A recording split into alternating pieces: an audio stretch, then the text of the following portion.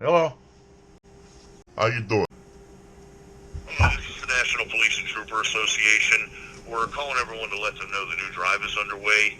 Like always, your support will go to representing the needs of law enforcement officers, whether that be for better equipment. Does your mother know you're a criminal? We also believe that the family. Does your mother know you're a criminal?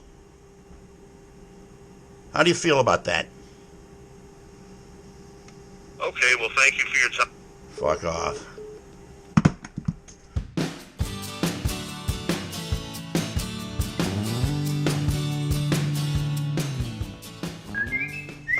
Batch 128, the Screaming Yelling Monkey.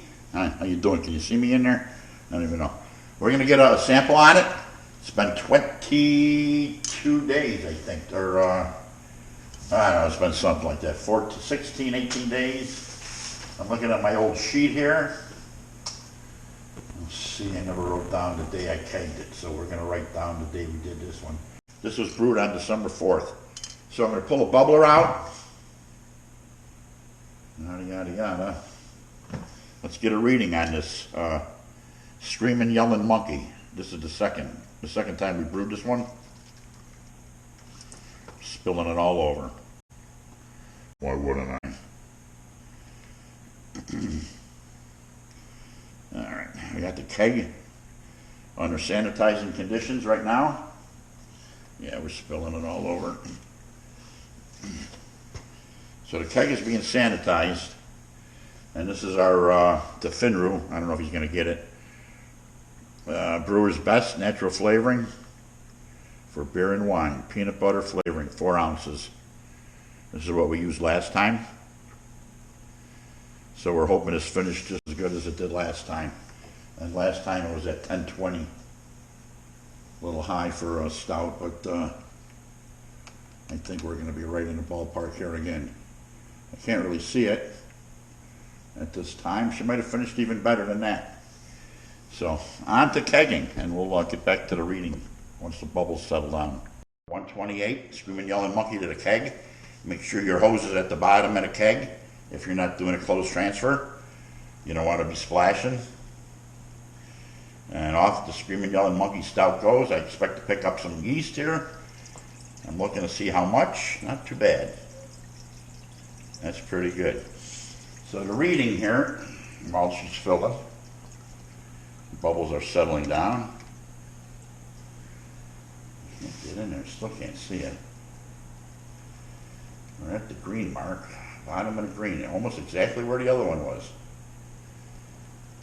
1020. Get over. Filling the keg at a Screaming Yelling Monkey.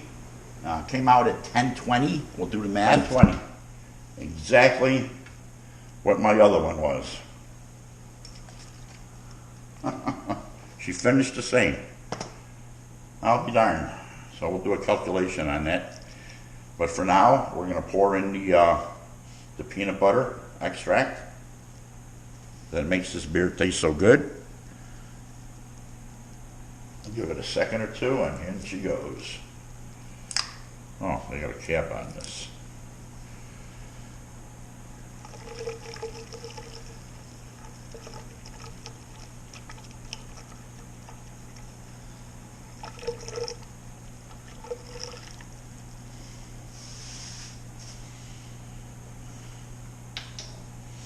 And we don't really get a taste of this. 1020 though, same number. That's impressive to me.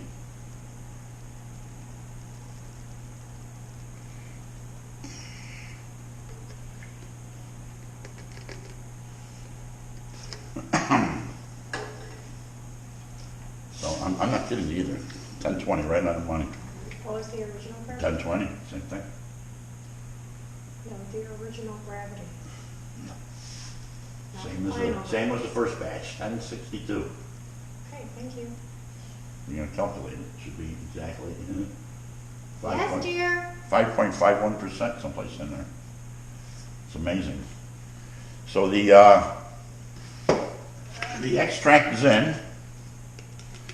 We're going to keg here. She's filling up nicely. Get my stuff ready to put away. Garbage included. And I'll write down the final number here and the date. Today's date is what? December 21, dear.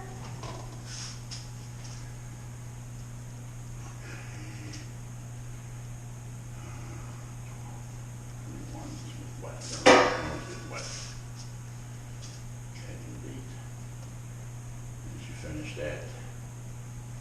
10, 20, exactly the same. So what is the thing? 5.5%, dear. I got 5.51 on the other. Oh, we're off a little bit. Wow. No, it's exactly 5.51. 5.5, huh? 5.51. Really? 71. Well, we got to talk about that. My efficiency from the brew, go back to the brew, everything was spot on.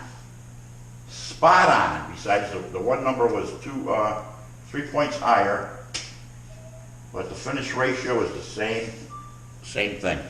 That's kind of amazing to me. 5.565. Okay. So it's a little bit higher. A little bit higher.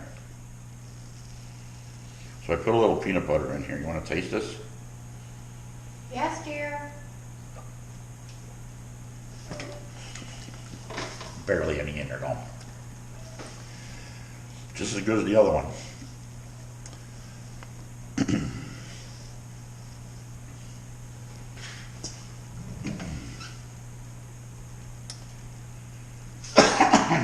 That's why we brewed it.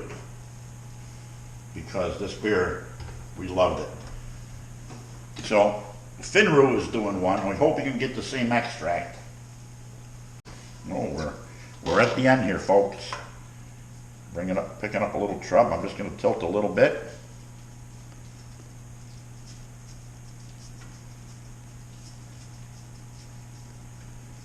Here comes a snake of loveliness.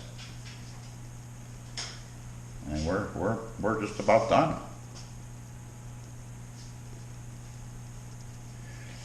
Just got to get my daughter over to taste this one. That's it. So we'll get this kegged up, get it under some CO2, and we'll be drinking it in a week. December 27th, right after the blizzard here, and we'll get more snow again.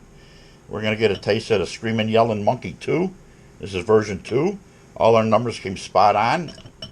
So let's see how carved up she is. I always have problems with some carbonation. She looks nice. Got my hand right in front of the camera. That was a terrible pour. So I'll take that one, and I'll pour another one for the wife. We'll see which one we end up using.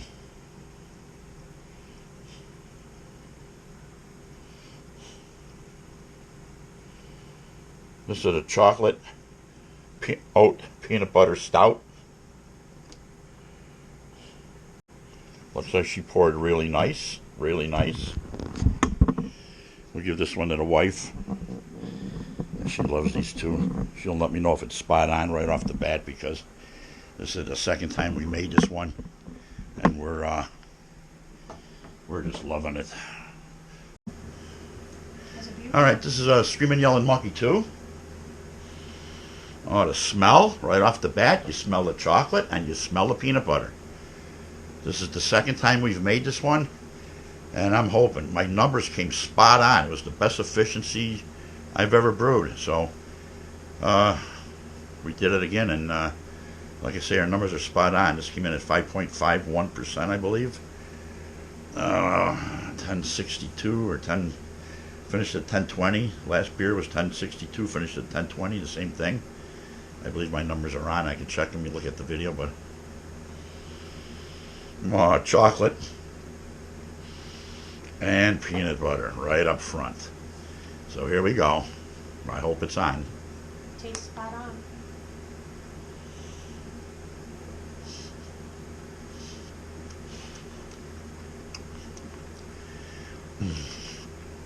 The yolk comes through as a creaminess.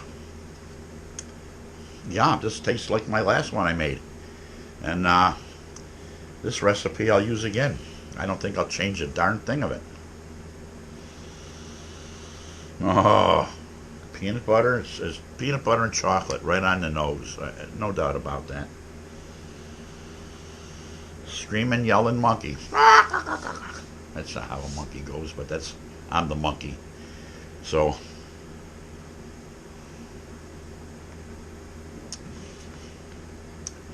Carbonation set low. The lacing seems to be spot on. I carbonated it for 4 days, I think. I'm trying to do the math here. The wife's looking at her fingers. 5 days I had it carbonated at, I don't forget the pressure. I set low, real low pressure, maybe 15 pounds or excuse me. She's at about 12 pounds. I let it carbonate naturally, and I'm delivering at about 12 for my length of beer lines. I guess that makes a difference. You can check into that, 3/16 beer line. And the pressure ratio for the distance. There's mathematical formulas on Google, online, if you ever trying to balance your kegerator systems when you do a kegerator and kegging. I'm not an expert at it. I'm still running into problems, over foaming, over carbonating. But this is a good one. They're not going to last. I got to get my daughter to taste. And she'll be here Saturday, I believe, so we're going to give her a taste, and she'll be the judge. I'll record her. I might not record her because she's very fuzzy. She might say, oh, this is the worst beer I ever had in my life. And I'm like, I'd have to kick her right in the kazoo. So until next time, Proust. We'll brew this one again. Anything to say over there? Good beer? Delicious. Right on the money? Right on the money. It gives a nice impartial taste of the peanut butter using the liquid peanut butter extract made by Brewer's Best. Shout out, how you doing? So until next time, Proust again. I'm working on my drunk, I guess. Holiday drunk, because we're too busy doing the shoveling and the digging and the digging and the shoveling, and the snow blower ain't running right, and I'm breathing fumes, and I got half the driveway done, and I almost passed out of carbon monoxide poisoning. You know how that goes. It's not a funny thing to monkey around with. And I parked the snow blower, and I called my kids over. The grandkids came over with the son-in-law and my daughter, and they shoveled and they plowed and they dug and they plowed, and they got us undug 8 feet around the doors, and the driveway's open. We can get out in emergency now. The street's still closed and blocked, but a good 4-wheel drive truck can get down there. So once again, until next time, Proust.